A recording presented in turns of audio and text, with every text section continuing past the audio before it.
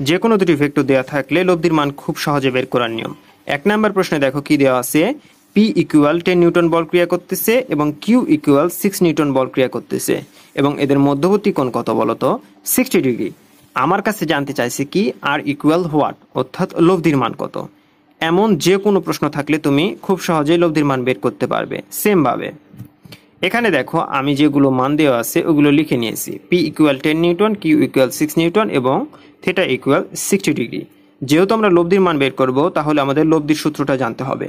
লব্ধির সূত্রটা হচ্ছে R equal root over P square plus Q square plus 2p cube cos theta.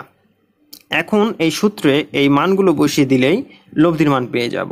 So দেখো P এর মান আমরা কি জানতাম 10, তাহলে 10 স্কয়ার হয়ে গেছে। কিউ এর মান 6 স্কয়ার প্লাস 2 নেমে আসছে। পি এবং কিউ এর মান বসায় দিছি 10 ইন্টু 6 এবং কস থিটা, থিটার মান কত 60 ডিগ্রি, তাহলে কস 60 ডিগ্রির মান আমি একবারে লিখে দিয়েছি 1/2।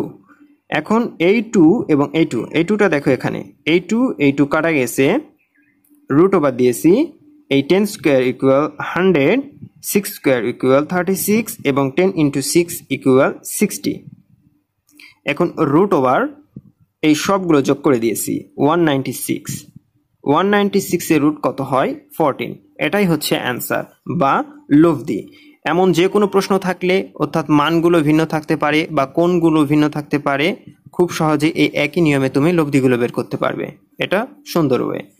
সো ধন্যবাদ। ভিডিওটি ভালো লাগলে আমার চ্যানেলটিকে সাবস্ক্রাইব করে রাখো।